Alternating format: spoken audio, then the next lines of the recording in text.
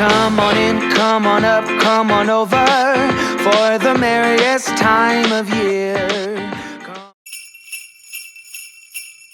What's up everyone? Happy Vlogmas Day 5! We've made it 5 days. I'm pretty proud and impressed with myself, to be honest. For today's video, I'm doing a bit of a different one. It's going to be a sit down. It's typical noises of Sunny. It's going to be a bit of a sit down video. I'm going to wrap some presents, and I've had heaps of questions about what happened with our birth, so I thought I would do a bit of a story time and talk about how everything went down when giving birth to Mr. Grayson Elroy.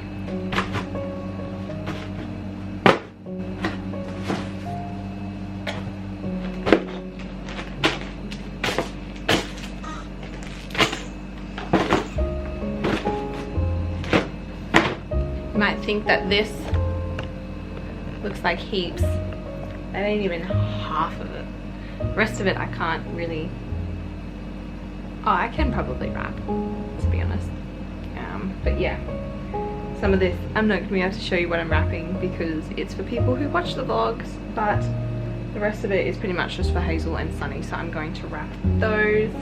Okie dokie daisy. Right, I knew as soon as I sat down he was going to wake up. Let's throw it back to 2 weeks ago, because little dude is now 2 weeks old. So Grayson Elroy Divine Millen was born on the 20th of November 2019 at 9:36 a.m. Previously to that, I had gone to hospital on the Wednesday before, which is the 13th of November. I went to hospital for having contractions, or what I thought were contractions. They admitted me, they did all the assessing and, you know, you get an internal check and blah, blah, blah, blah, blah. But then they admitted me for the night of the 13th because he thought that the contractions were very strong and that he wanted to make sure that I wasn't going to go into labour overnight. So he admitted me on the 13th. I was in hospital until the 14th. So on the 14th I was then discharged, told that it was probably likely to be preterm labour because they had thought that, like you've seen in the previous videos, they thought that I had an infection, which I didn't have. So it turned out it was going to be preterm labour, which means early labour, which means it can last for weeks and weeks and weeks, or it could last for a couple of days. They weren't sure, and so they said that if they got 10 minutes apart and really intense, that I needed to go back into hospital. So on Friday the 15th they got like about 7 minutes apart and really intense. So I ended up going back to hospital on that Friday, which was still a week before having Sunny. At that time I was 35 weeks, so I was in hospital. My doctor, however, didn't work the weekends and only finished work at 1 o'clock, and I wasn't admitted until after 1 o'clock. So I spent the weekend with his fill-in doctor, who she was really lovely, and she was concerned about the contractions and how much pain I was in. So I was on a lot of strong painkillers that didn't seem to be doing much, would settle it for a little bit so I could get some sleep, and then I would be back in pain. Again, having contractions 5 minutes apart, and they were really strong and painful. So she didn't want to induce me over the weekend because she said, look, I'm not your doctor, I'm on your doctor's team, but I think he would be really cranky with me if I induced you pre-term on the weekend when he's not here, so can you just kick it out till the Monday, which was the Monday the 18th, and he'll be back and I think he'll induce you and we'll see how things go. So I stuck it out that whole weekend in hopes that my doctor would come back on the Monday and induce me, and he came back on the Monday and said, look, I really think we need to kick it out till 37 weeks. Do you think you can hang in a week? And I said, well, yeah, I guess so, but can I go home so I can be at home with my daughter, because I had already been away for 5 days away and I wanted to go home. And he pretty much said, no, you can't go home because if you're going to go into labour you need the painkillers and everything like that. And by this stage I was very frustrated because I just wanted to be home with HE. If they weren't going to do anything, it was kind of like, well, your pain medication isn't really doing anything, just making me go to sleep.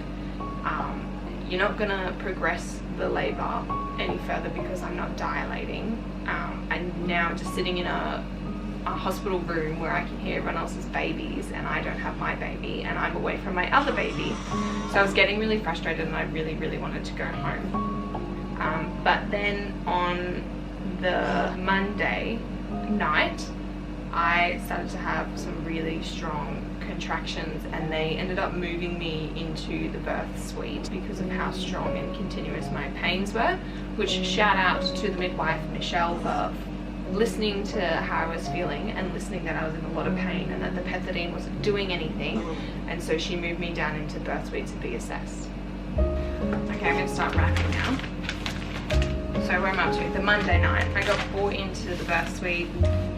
They thought I was actually in labour because of everything that was happening, hooked me up to the machines, thought I was in labour. Nothing progressed though. I seem to have an issue with my body being able to dilate. I had the same issue with Hazel when I was induced with Hazel. My body wasn't doing anything, even with the oxytocin. It wasn't dilating until he broke my waters. Broke my waters, and then 3 hours later I had Hazel. But back to the Monday night, nothing happened. I wasn't dilating, my waters weren't ruptured, I was doing absolutely nothing. But I ended up spending the whole night down in the birth suite with nurses fussing over me because they thought I was going into labour when I wasn't. Ended up seeing my doctor on Tuesday morning, who wanted to run me through a stack of tests, which I was frustrated about because I had already gone through all of those tests and come up negative with anything. So I had to get blood tests done, and I had to get an ultrasound, and what else do I have to get done? Ultrasound, blood test done, an ultrasound. I literally cut this too small. How good. Do a urine sample because they thought again there was an underlying infection that was creating all of this pain. And so I went and did all of that. Everything came back negative. We waited all day for the doctor to make a call on what was happening.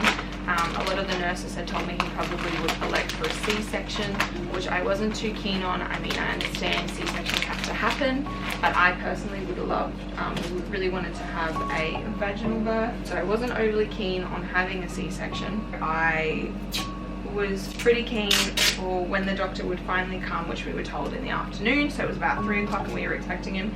He didn't come until about 7 o'clock that night, and I had spent the whole day telling Jordan, right, when the doctor gets here, we are going to ask if he will induce me. If nothing happens in that induction then that's fine, I'll have a C-section, but I at least wanted to try a vaginal birth. So the doctor came around 7 o'clock on Tuesday night, and he was pretty much saying to me, you need to wait out till 37 weeks. You're not in labour, I can't do anything because you're having a preemie baby and all of the risks and blah blah blah, and because you're not dilating. And I said to him, I won't dilate until my waters are ruptured. I won't dilate until my waters are ruptured. That's what happened last time, that's what's going to happen again. And I knew my body was going into labour. Like, you just know these things about your body, and especially with me with my fibromyalgia, I'm very in tune with my body, and I knew that this was going to continue on until someone had ruptured my waters.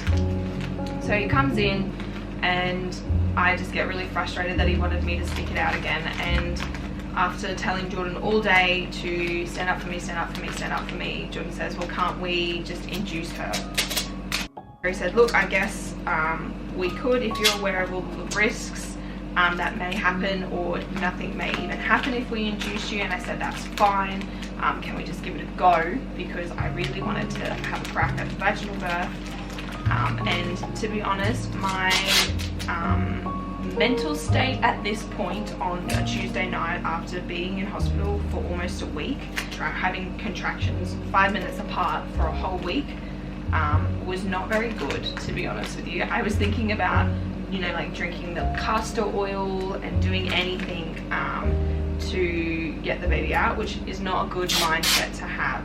So I turned to him and I said, like, I'll just say, look, doctor, he used his name, and I said, I'm not mentally going to be able to keep this up for another week.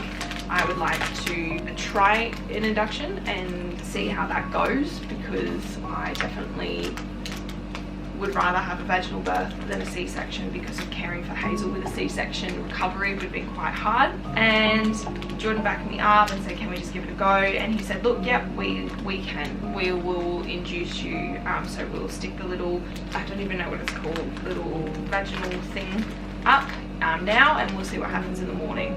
And then he went, look, why don't I just, do you mind if I just give you another internal?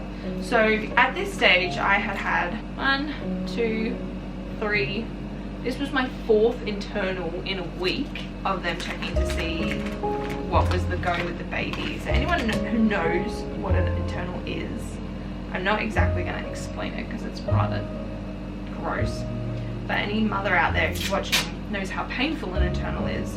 I had 4 of those. Yeah, was not fun. So he gave me an internal and I was about 1.5 centimeters dilated. With being 1.5 centimeters dilated, my doctor decided he was going to try and rupture my waters because it was big enough to get the hook in to rupture the waters. With my consent, I said that's absolutely fine, give you some red hot crack, and he did. And it was so painful, I think I almost broke Jordan's hand, and I remember the pain from last time because that is exactly what he did with Hazel. I was only 1 centimeter dilated with Hazel, and he put the hook in and he ruptured my waters to get me dilating. So that happened about 7:30 Tuesday night.